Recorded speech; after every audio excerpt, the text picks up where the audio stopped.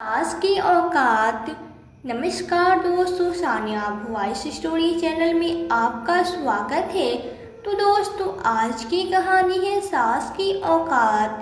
बहू झट से अपने पर्स से 100 के 50 नोट निकाल कर कांता जी के मुंह पे मारते हुए कहती है, ये ले बुढ़िया, इतनी मेहरबानी तो मैं तेरे ऊपर कर ही सकती हूँ, मैं इतनी भी कठोर नहीं हूँ। अब गांव की बस पकड़ निकल जा, गांव के लिए दोबारा से मेरे घर में आने की हिम्मत मत करना। यह घर मेरे पापा ने दिया है, अब अपनी शक्ल भी मत दिखाना।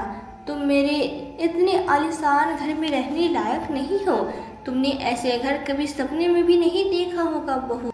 बहुत रह लिया इस घर में, अब एक दिन भी तुम्हें इस घर में मैं रहने नहीं दूंगी बहू। मेरी हालत तो देखो, मैं पैर से कितनी तेज चोट लगी है, ठीक से चल भी नहीं पा रही हूँ। इलाज कराने की वजह से मुझे घर से निकाल रही हो।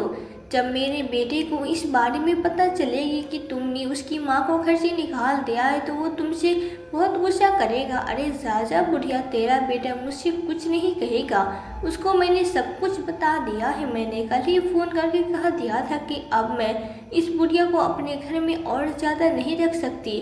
कांता जी बहू की ऐसी बातें सुनकर दंग रह गई कि मेरा बेटा ऐसा कैसे बोल सकता है, अपनी माँ को घर से कैसे निकाल सकता है। नहीं, मेरा बेटा ऐसा नहीं कर सकता।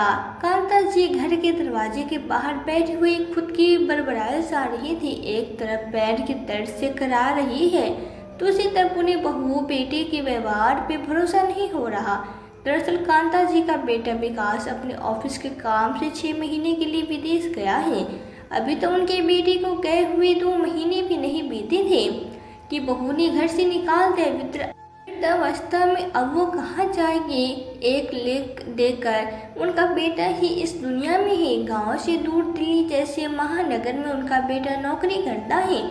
मैं उनके पति की मृत्यु बहुत पहले हो गई थी। बेटा पढ़ लिख कर नौकरी करने लगा। शादी के बाद अपनी माँ को साथ में ही रखने के लिए आया। गांव का घर भी कच्चा बना था। कुछ सालों में अपने बेटी बहू के पास ही रह रही है। काफी घर की देखभाल न होने की वजह से पूरा खंडन हो गया है। सिमरन तो पहले से ही कांता जी बिल्कुल भी पसंद नहीं करती थी।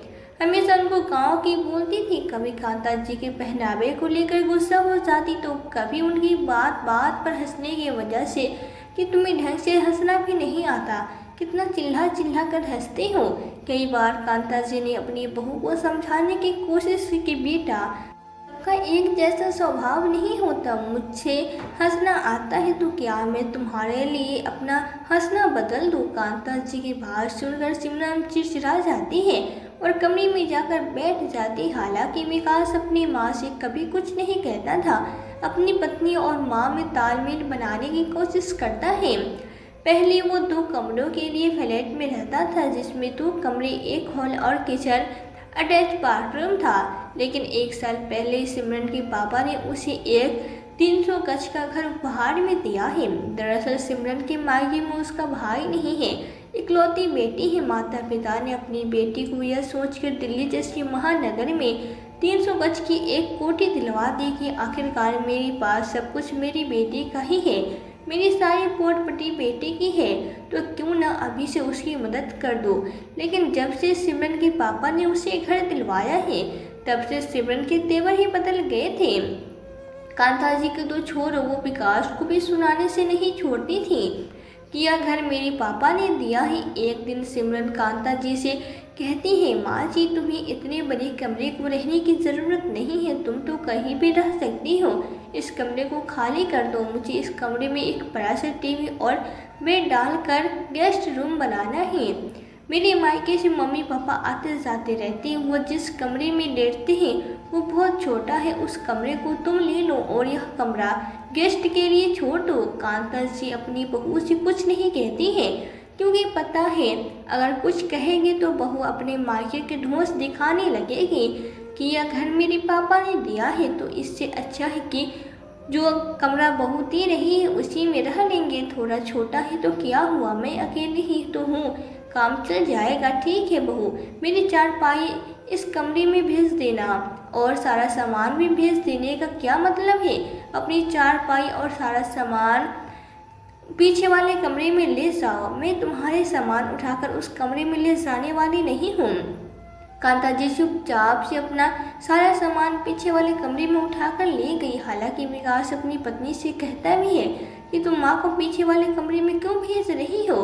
तुम्हारे मम्मी पापा तो कभी कभार आते हैं, तो क्या 2-4 दिन के लिए छोटे कमरे में एडजस्ट नहीं कर सकते हैं? चिल्लाती हुई सिमरन कहती है, वो क्यों एडजस्ट करेंगे?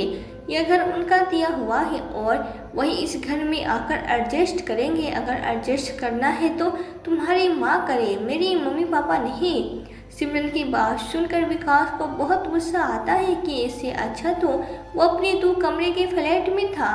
कम से कम पूरे हक के साथ अपनी माँ को रख तो रहा था। अपनी माता पिता के घर की हैकरी दिखाती ही रहती है। ठीक है, बार बार तुम अपने घर की हैकरी दिखाती हो। मैं अब जल्दी ही अपनी माँ के लिए पास की सोसाइटी में घर खरीद दूंगा। तुम्हें तो पता है हमारी सोसाइटी के पास ही बहुत सारे घर बन रहे हैं। विकास की बात सुनकर सिमरन के हाथ में पानी का जग था, उसको फेंकते हुए कहती है, ऐसे कैसे तुम बुढ़िया के लिए घर खरीद दोगे? नौकरी मेरे लिए करते हो या उस बुढ़िया के लिए? बुढ़िया तो बूढ़ी हो गई, उसे खर्चे ही क्या है? 200-400 में बुढ़ापा निकल जाता है। मुझे अभी बहुत कुछ देखना है, अभी कुछ महीने बाद ही बच्चा होने वाला है, फिर खर्च ही खर्च बढ़ जाएंगे। और तुम घर खरीदने की बात कर रही हो? एक पूरी कौड़ी भी बुढ़िया पे खर्च नहीं करने दूंगी।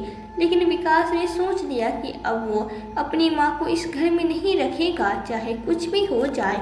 विकास अपनी माँ के लिए आसपास की सोसाइटी में घर देख ही रहा होता है कि तब तक उसके ऑफिस से उसे विदेश जाने का आदेश मिलता है, जिसको वो चाहते हुए भी मना नहीं कर पाता है और पूरे 6 महीने के लिए विदेश जाना पड़ता है। 6 महीने तक विदेश जाने के बाद सुनकर सिमरन खुशी से झूम उठती है। बुढ़िया के लिए घर दिलवाने की बात कह रहे थे, अब तुम ही इस घर से में नहीं रह पा रहे हो।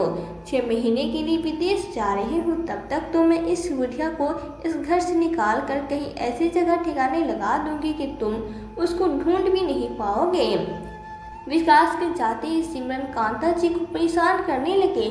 छोटी छोटी बात पर उस पर चिल्ला पड़ती। कभी घर में लगे हुए पोछे में निकल जाती तो सिमरन पूरे घर को सर पे उठा लेते। इतना चिल्लाती कि बेचारी कांता जी घर के कोने में ठिठक कर बैठी रह जाती और जब तक पूरे घर का पोछा सूख नहीं जाता तब तक वह घर में एक कदम भी आगे नहीं बढ़ाती। पता नहीं बहू क्या कहने लगेगी। हर छोटी से छोटी चीज में रोक टोक कर गुस्सा करने लगे। धीरे धीरे बहू ने कांता जी की रसोई में जाने में भी कुंडी लगा दी थी। बेचारी कांता जी अपने कमरे में बैठी सुबह शाम खाने का इंतजार करती रहती। बहू को जो समझ में आता रूखा सूखा बासी अपनी सास को दे देती।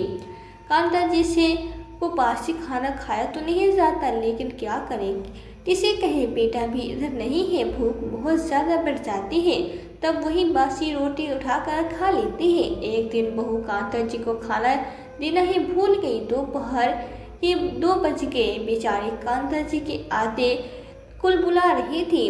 वह खुद ही अपने कमरे से बाहर निकलकर रसोई में झांकने लगे, लेकिन रसोई में उन्हें कोई दिखाई नहीं दिया। बहू को भी 2 से 3 बार आवाज़ लगा दी, लेकिन बहू ने भी दिखाई नहीं दी। शायद अपने कमरे में एसी चलाकर सो रही थी, इसलिए उसे कांता जी की आवाज़ नहीं सुनाई दी थी। कांता जी से भूख बर्दाश्त नहीं हुई तो वह रसोई में चली गई और बर्तनों को उठा उठा कर देखने लगे कि आज बहू ने क्या बनाया है। तभी उनके हाथ में एक प्लेट छिटक कर गिर जाती है, जिसकी आवाज़ से सिमरन जाग गई। रसोई में कांता जी ने अपने लिए एक प्लेट में 2 रोटी और सब्जी निकाल कर रखी थी कि तब तक अपने कमरे में दंदनाते हुए सिमरन आई और कांता जी के हाथ से खाने के प्लेट को दरवाजे के बाहर फेंक दी और रसोई में ही कांता जी को धक्का दे दिया, जिससे वो गिर पड़ी। पास के ही रखे सिलेंडर से उसका पैर बहुत तेज टकरा गया, जिसकी वजह से पैर में बहुत चोट लग गई। खून भी निकलने लगा। बुढ़ापे के शरीर में चोट बहुत जल्दी लगती है और देर में ठीक होती है। थोड़ी सी देर में पूरे पैर से सूजन आ गई, नीला पड़ गया। रसोई के फर्श पे पड़ी हुई कांता जी आज अपनी किस्मत पे आंसू बहा रही थी कि मैंने भी ऐसी बहू पाई है जो मुझे तो वक्त का खाना भी नहीं देती है, और आज सब बेटा नहीं है तो मार पीट पर उतर आई है। उनकी आंखों से आंसू रुकने का नाम ही नहीं ले रहे हैं, लेकिन बहू को उनके आंसुओं को देखकर जरा भी तरस नहीं आया। बहुत तेजी से अपनी सास का हाथ पकड़कर रसोई से बाहर निकालती है। बहू, मुझे कहाँ ले जा रही हो? चल बुढ़िया, तुझे बहुत रख लिया अपने घर में, अब निकल जा तू मेरे घर से। मैं तुझे इस घर में नहीं रख सकती।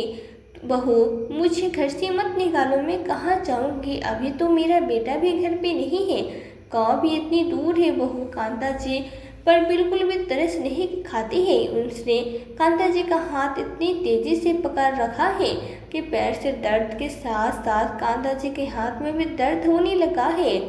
अपनी बहू से हाथ छुड़ाने की बहुत कोशिश करती है, लेकिन नहीं छुड़ा पाती है। बहू उनकी बाह पकड़ कर घर के बाहर दरवाजे तक लाते हैं और बाहर करते हुए कहते, यह मेरे पापा का घर है, निकल जाओ उस घर में। अब मैं तुम्हें इस घर में और ज़्यादा नहीं रख सकती। बहू, मैं कहाँ जाऊँगी? अभी मुझे इस घर में रहने दो। जब मेरा बेटा आ जाएगा तो मैं उसके साथ गांव चली जाऊँगी। बुढ़िया, तुम्हारे बेटे को आने में अभी बहुत महीने में है, मैं तुम्हें एक मिनट भी बर्दाश्त नहीं कर सकती। महीनों की बात तो दूर है, बाहर से निकल रही हो तो कुछ पैसे तो दे दो जिससे मैं गांव पहुंच जाऊं। बिना पैसों के मैं गांव भी नहीं जा सकती। सिमरन झट से अपने पर्स से 1000 आसपास निकाल कर कांता जी के मुंह पे फेंकते हुए कहती है, ले बुढ़िया, इतनी मेहरबानी तो मैं तेरे ऊपर कर ही सकती हूँ कि तुझे गाँव जाने के लिए किराया दे सकती, पैसे दे दूँ। मैं इतनी भी कठोर नहीं हूँ। अब निकल जा इस घर से और कभी दोबारा अपनी शक्ल मत दिखाना। इतना कहकर सिमरन घर के दरवाजे फटाक से कांता जी के मुंह पे बंद कर देती है। कांता जी से अपनी यह अपमान बर्दाश्त नहीं हो रहा है। अब वो एक पल भी उधर नहीं ठहरती। गुस्से के मारे उसके हाथ पैर कांप रहे हैं। वैसे भी उनका बहुत से पैसे लेने का मन नहीं था, लेकिन हाथ में पैसे नहीं थे। गांव तक तो जाना ही था, इसलिए वो पैसों को उठा लेती है। लेकिन पैसों को उठाते हुए उन्हें ऐसा लग रहा था कि आज उनका आत्मसम्मान तार तार हो रहा है। सुबह से जो भूख लग रही थी वो भी अचानक से गायब हो गई। कांता जी सीधा बस स्टेशन की तरफ जाती है। उधर से बस लेकर अपने गांव आ गई। गांव में आसपास के सभी लोगों से मिलकर बड़े खुश होते हैं। धीरे धीरे कांता जी का जब पैर ठीक हो जाता है तो वो अपने घर की मरम्मत कराने में जुट जाती है। जगह जगह से घर की मिट्टी की दीवारें टूट गई थी। वह कहीं पर बरसात की वजह से गड्ढे हो गए हैं, कहीं पर बड़ी बड़ी घास हो गई है। जैसे तैसे करके आसपास के लोगों की सहायता से वो अपने खाने पीने का खर्चा निकाल पाती है। एक दिन वो अपने घर की घास को साफ कर रही थी। उन्हें ऐसा लगा कि जमीन के अंदर कुछ है। उन्होंने जिज्ञासा वश जमीन की मिट्टी थोड़ी सी और हटाई। जमीन के अंदर का जो नजारा देखा उसे देखकर उसके होश उड़ गए। उनके खंडहर में उन्हें खजाना मिल गया, एक छोटा सा घर जिसमें सोने की मोहरी भरी हुई है, जिसे देखकर कांता जी की आंखें फटी की फटी रह गई। उन्हें तो ऐसा लग रहा था जैसे वो कोई सपना देख रही हो। ऐसा हकीकत में नहीं हो सकता। वह घड़ा को निकालती है, पोंछती है, हाथों से में अपसरियों को लेती है, कभी खुद को चीजें काटती है तो है कहीं यह सपना तो नहीं। जब भरोसा हो जाता है कि यह सपना नहीं है, यह सच है, मुझे मेरे घर में सोने की मोहरी से भरा हुआ घड़ा मिला है। वह हाथ जोड़कर भगवान का धन्यवाद करती है कि शायद आज तुमने मेरी मदद की है, तुम्हारा लाख लाख धन्यवाद प्रभु। अब कांता जी ने अपने गांव का घर बनवाने का विचार किया और ऐसा घर बनवाया कि उसके घर के आगे बहू का घर भी फीका पड़ गया। कांता जी के पास अब पैसों की कोई कमी नहीं थी। 3 से 4 महीनों में ही कांता जी ने बहुत अच्छा घर बनवा लिया और उसमें आराम से रहने लगी। सारी सुख सुविधाओं की चीज़ें भी इकट्ठी कर ली। घर में कोई भी ऐसी चीज़ नहीं थी जो न हो। आसपास के लोगों को भी पता चलता है तो सब कहते हैं कि कांता जी ने अपनी ज़िंदगी में अच्छे कर्म किए थे, इसलिए आज बुढ़ापे पर उनको उनके कर्मों का फल मिला है। इधर शहर में बहू के बच्चा भी हो गया और विकास भी वापस आ गया। विकास को आए हुए अभी 1 महीना ही हुआ था। आने के बाद उसने अपनी माँ के बारे में पूछा तो सिमरन ने झूठ बोलते हुए कहा कि तुम्हारी माँ तो इस घर को छोड़कर चली गई और लगा कर गए कि वो कभी वापस नहीं आएगी। लेकिन विकास को अपनी पत्नी की बातों पे भरोसा नहीं होता है।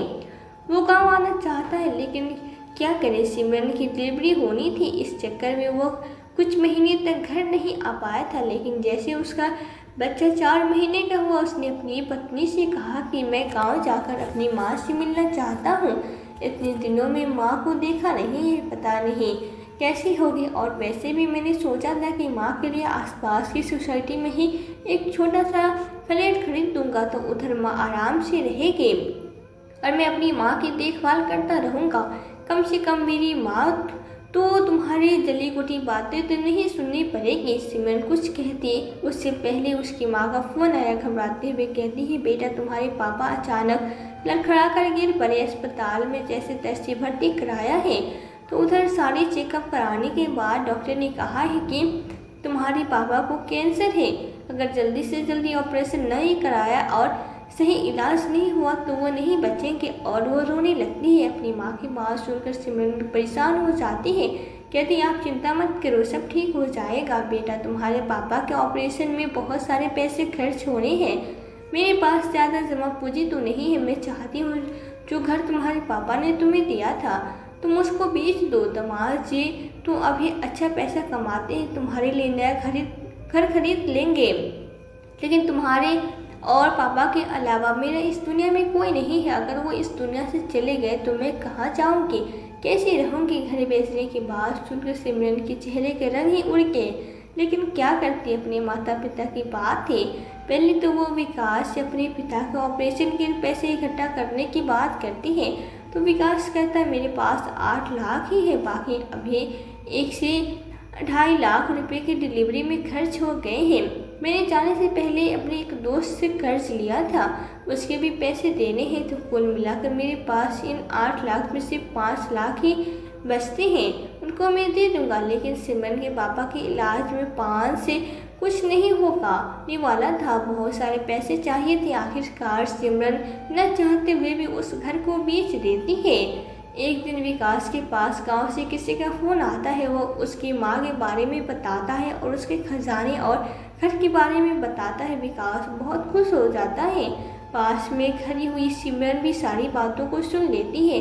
पहले तो वो जान कर दंग रह जाती है कि बुढ़िया को खजाना मिला है और मुझे अभी तक भी पता नहीं चला। यही अच्छा मौका है बुढ़िया से खजाने को हड़पने का। वैसे भी मेरा घर बिक गया है और बुढ़िया इतने बड़े खजाने का क्या करेगी। वो विकास से कहती है, विकास तुम गाँव जाने की बात कर रहे थे तो ऐसा करते हैं हम सभी गाँव चलते हैं। माँ जी जब से गई है तब से मुझे पता नहीं क्यों उनकी याद आती रहती है। और अब तो उनका पोता भी हो गया, उन्हें भी अपनी पोते से मिलने का मन करता होगा। तो चलो माँ जी को उनके पोते से मिलवा देती हैं। 2 दिन बाद सिमरन और विकास जैसे गांव में पहुंचते हैं और अपने टूटे फूटे कच्चे घर की जगह बढ़िया सा आलीशान घर को बना हुआ देखते हैं तो दोनों ही दंग रह गए कि सच में माँ को इतना ज़्यादा खजाना मिला है कि उन्होंने गांव में अपना इतना शानदार कोठी बना लिया है। यह घर है वो तो कोठी है। विकास खुशी से फूली नहीं समाता। तभी पड़ोस में खेल रहे बच्चे कांता जी के पास चिल्लाते हुए जाते, विकास भैया आए हैं, विकास भैया आए हैं। विकास का नाम सुनकर कांता जी भागे भागे बाहर आते हैं। लेकिन बहू को देखकर वो आग बबूला हो गई। उनके पैर जहाँ थे वहीं रुक गए। अपनी सास की ठाठ और शानदार ठिकाने को देखकर बहू दंग रह जाती है कि जिस बुढ़िया को मैंने घर से निकाल कर दर दर की ठोकरें खाने के लिए छोड़ दिया था आज वो इतने शानदार ठिकाने में रह रही है। आज उसका इतना आलीशान घर बना हुआ है और मुझे अपने घर को बेचना पड़ा है। वापस से किराए के 2 कमरों में पहुंच गई हूँ। सास की हैसियत देखकर सिमरन उसकी तरफ हंसते हुए उन्हें गले लगाने के लिए आए और अपने बेटे को उनकी तरफ बढ़ाते हुए कहने लगे, यह लो माँ जी आपका पोता है। बहू को अपने घर की तरफ बढ़ता हुआ देखकर कांता जी कड़क आवाज में कहती, रुक जाओ बहू, मेरे घर में आने की हिम्मत भी मत करना। यह मेरा घर है, तुम्हारे पापा का नहीं। मेरे घर में मुझसे बिना पूछे, एक भी कदम आगे मत बढ़ाना। माँ जी, आप मुझसे ऐसे कैसे कह सकती हैं? मैं आपकी बहू हूँ, आप मुझे आपकी ज़रूरत है। आपके पास इतने पैसे आ गए हैं, खजाना मिल गया है, इतने पैसे होते हुए भी शहर में तुम्हारे बेटी बहू किराए से कमरों लेकर रह रहे हैं। क्या करोगे इतने पैसों का? कुछ तो अपनी बेटी बहू को दे दो। माँ जी घर के अंदर जा पर्स से 100 के 5 नोट निकाल कर अपनी बहू को देती हुई कहती, ये लो बहू, अब तुमने मुझसे पैसे मांगे हैं तो मैं कैसे मना कर सकती हूँ? इतनी मेहरबानी तो मैं तुम पे कर ही सकती हूँ, इतनी कठोर भी नहीं हूँ। यह लो तुम्हारे 1000। मैं तुम्हारी कोई मदद तो नहीं कर सकती, लेकिन हाँ, मैंने तुमसे जो पैसे उधार मांगे थे आज मैं तुम्हें लौटा रही हूँ। उनके अपने पैसों को लो और वापस से अपने पापा के घर लौट जाओ और मुझसे कोई उम्मीद मत रखना। कांता जी अपने घर के अंदर बहू को नहीं आने देती है। तभी विकास से अपनी माँ से कहता है कि माँ, आप इधर अकेली रहोगे, हमारे साथ शहर चलो। मैंने तुम्हारे लिए उधर एक छोटा सा फ्लैट भी देख लिया है, उधर मैं आपकी देखभाल करता रहूँगा। कांता जी अपनी बेटी को मना करते हुए कहती है कि नहीं बेटा, अगर तुम्हें मेरी देखभाल करनी है तो गाँव में आकर ही महीने में एक बार मिल जाया करो, इतना ही बहुत है। विकास की गोदी में अपने पोते को देखकर पोते को अपनी गोद में ले लेती है, उसको बड़े प्यार से खिलाती है। माँ से मिलने के बाद और भी उनकी हैसियत जानने के बाद विकास भी निश्चित होकर वापस से शहर को चला जाता है। सिमरन का चेहरा देखने लायक था, श्रम से उसका चेहरा झुक गया था, नजरें उठाकर किसी को मिला भी नहीं पा रही थी, चुपचाप से पति के साथ शहर चले जाते हैं। तो दोस्तों, आपको कांता जी का निर्णय कैसा लगा और ये कहानी आपको कैसी लगी, हमें कमेंट करके ज़रूर बताएं। कहानी पसंद आई हो तो वीडियो को लाइक, शेयर और चैनल को सब्सक्राइब करना ना भूलें।